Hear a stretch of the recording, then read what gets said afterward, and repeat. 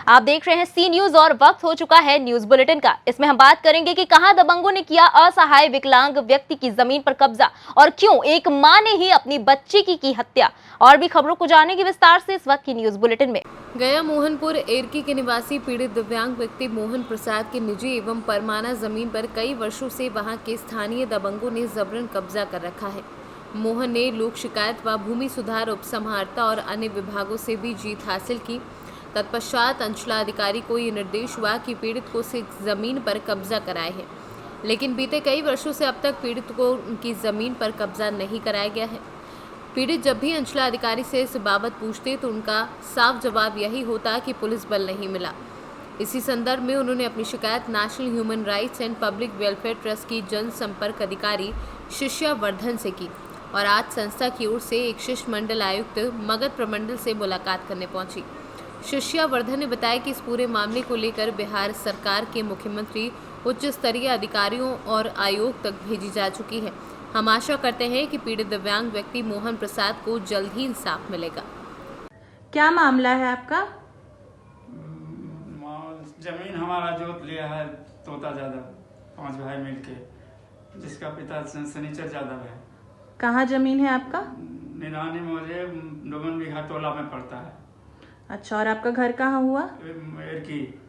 अच्छा, एरकी है जो कि हम उप समाहर्ता से भी और अनुमंडल से भी हमको अथी मिल गया है, जीत मिला हुआ है, जो कि आदेश सीधा सीओ को मिला है, जो कब्जा नहीं करा रहे हैं। बार बार ऐसा कहते हैं कि तुम कैसे दूसरे गांव में ले लिया तू जमीन, तुम्हारा नहीं कब्जा हो पाएगा।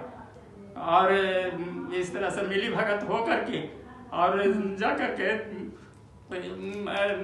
कहते हैं कि नहीं पुलिस ने मिलने के कारण हम तुमको कब्जा करा रहे हैं। इसी तरह से बार बार टहलावा देते हैं और जा करके जो है सो घुमा देते हैं। तोता यादव दबंग टाइप के आदमी हैं। तोता यादव और तोता यादव जो है से बाला जोड़ी जोते हुए हैं। अच्छा, इसी तरह से नहीं कब्जा करा पाएंगे तो हम पूरे परिवार मर जाएंगे और जिसका भागी सरकार बनेंगे। आपका नाम क्या हुआ? मोहन प्रसाद। गया से सी न्यूज संवाददाता अशोक शर्मा की रिपोर्ट।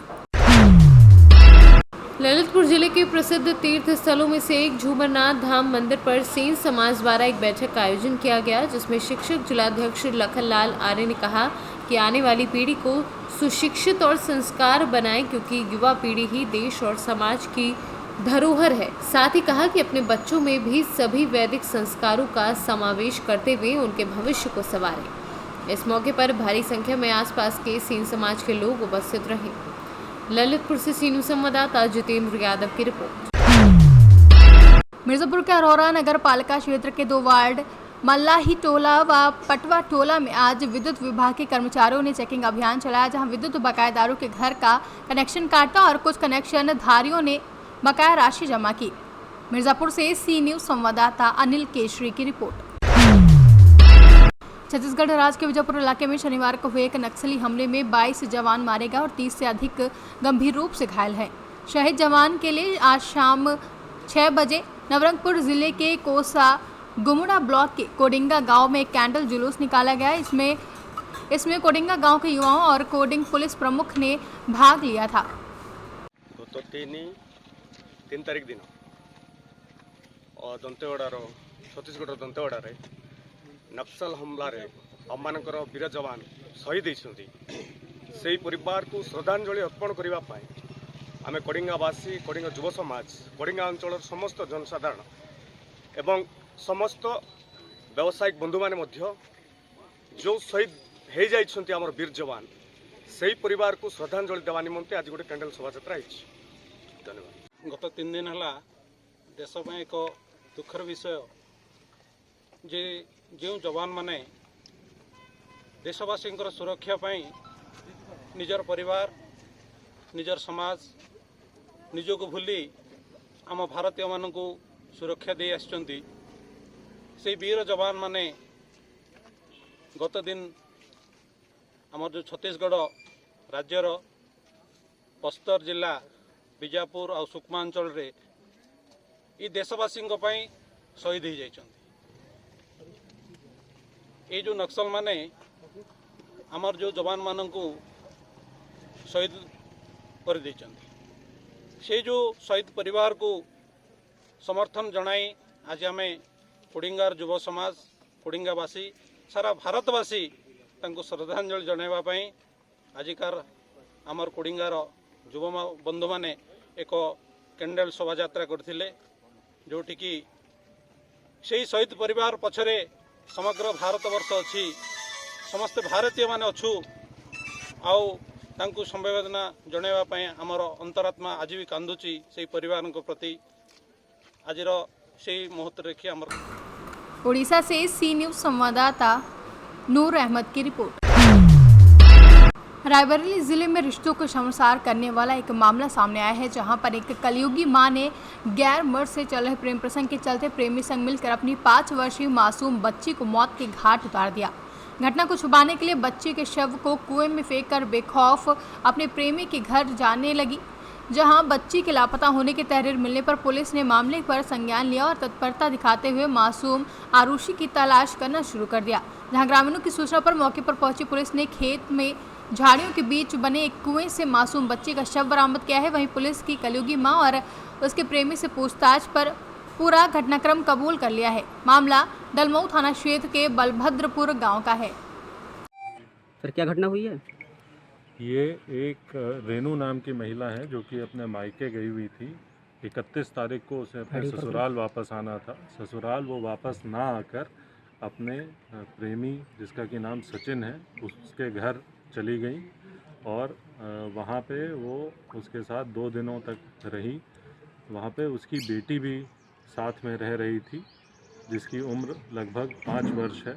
जब ससुराल वालों द्वारा खोजा गया तो उनको ये जानकारी हुई कि ये महिला अपने प्रेमी के साथ देखी गई है और आज उसकी जो 5 वर्षीय बच्ची है उसकी डेड बॉडी जो महिला का प्रेमी है उसके घर से कुछ दूर एक कुएं में मिली।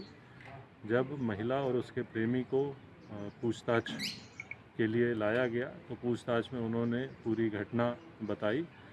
उनके द्वारा यह बताया गया कि जो 5 वर्षीय बच्ची थी वह ये बार बार कह रही थी कि घर जाकर वो बता देगी कि उसकी माँ और उसके प्रेमी दोनों साथ में थे और ये दोनों एक साथ पिछले कुछ दिनों से रह रहे थे। इसी बात से तंग होकर उसने बच्ची की हत्या कर दी और बॉडी को वहीं कुएं में डाल दिया।